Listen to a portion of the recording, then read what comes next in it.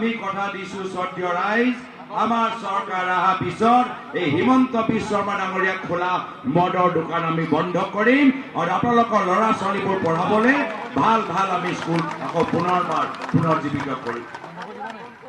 আজি এইখন চৰকাৰ আজি আমাৰ নৱপ্ৰজন্মক মদ খুৱাই আজি নৱপ্ৰজন্মক ধ্বংস কৰিছে।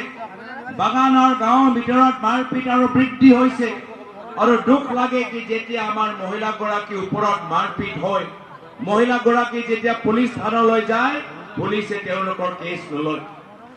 কিয় নলয়? ওপৰৰ পৰা হিমন্ত বিশ্ব শৰ্মা ডাঙৰীয়া নিৰ্দেশ দিছে যে মহিলা আহিলে কেছ ল'ব নালাগে, কেছৰ সংখ্যা আমাক কমাব লাগে। আমি কথা দিছো যে আমাৰ চৰকাৰ আহিলে প্ৰত্যেক থানাত প্ৰথমে মহিলাসকলৰ ওপৰত অপৰাধ হোৱা কেছবোৰ ল'ব লাগিব, পিছত বেলেগ কেছবোৰ ল'ব লাগিব। আজি দুখ লাগে বহুত ল'ৰা ছোৱালী আমাৰ ওচৰলৈ আহে, কৈ আমাৰ স্কুল বন্ধ হৈ গ'ল, আমাক এতিয়া দূৰলৈ যাব লাগে, আমাৰ বাছৰ ভাড়া দিব নোৱাৰো, আমাৰ ওচৰত টকা পইচা নাই, এতিয়া আমি স্কুল যাবলৈ বন্ধ কৰি দিলো। আমি আপোনালোকক কথা দিছো শ্ৰদ্ধেয় ৰাইজ, আমাৰ চৰকাৰ অহা পিছত বাগান অঞ্চলৰ ল'ৰা ছোৱালীবোৰ বিনামূল্য বাছত তেওঁলোকে স্কুললৈ অহা যোৱা কৰিব, কোনো স্কুলৰ কাৰণে তেওঁলোকে ভাড়া দিব নালাগে।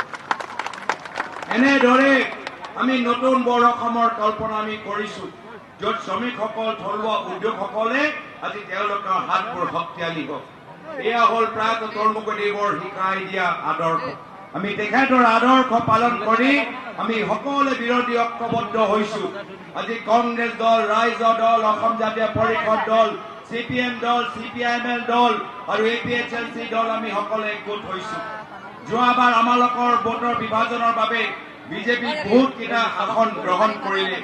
এইবাৰ প্ৰতিশ্ৰুতি দিব লাগিব, উজনি উত্তৰ অসমত এটাও চিট যে বিজেপি জিকিব নোৱাৰে, তাৰ বাবে আমি আগবাঢ়ি যাব লাগিব। শ্ৰদ্ধেয় ৰাইজ, মই বিশেষ দীঘলে ক'বলৈ বিচৰা নাই। আমি সকলোৱে আহিছো প্ৰিয়ংকা গান্ধী ডাঙৰীয়ানীৰ কথাবোৰ শুনিবলৈ। মই সকলোকে ধৈৰ্য সহকাৰে আজি এই প্ৰখৰ ৰ'দৰ তলত আপোনালোকে যে বহি আছে তাৰ বাবে আপোনালোকক মই ধন্যবাদ জ্ঞাপন কৰিছো।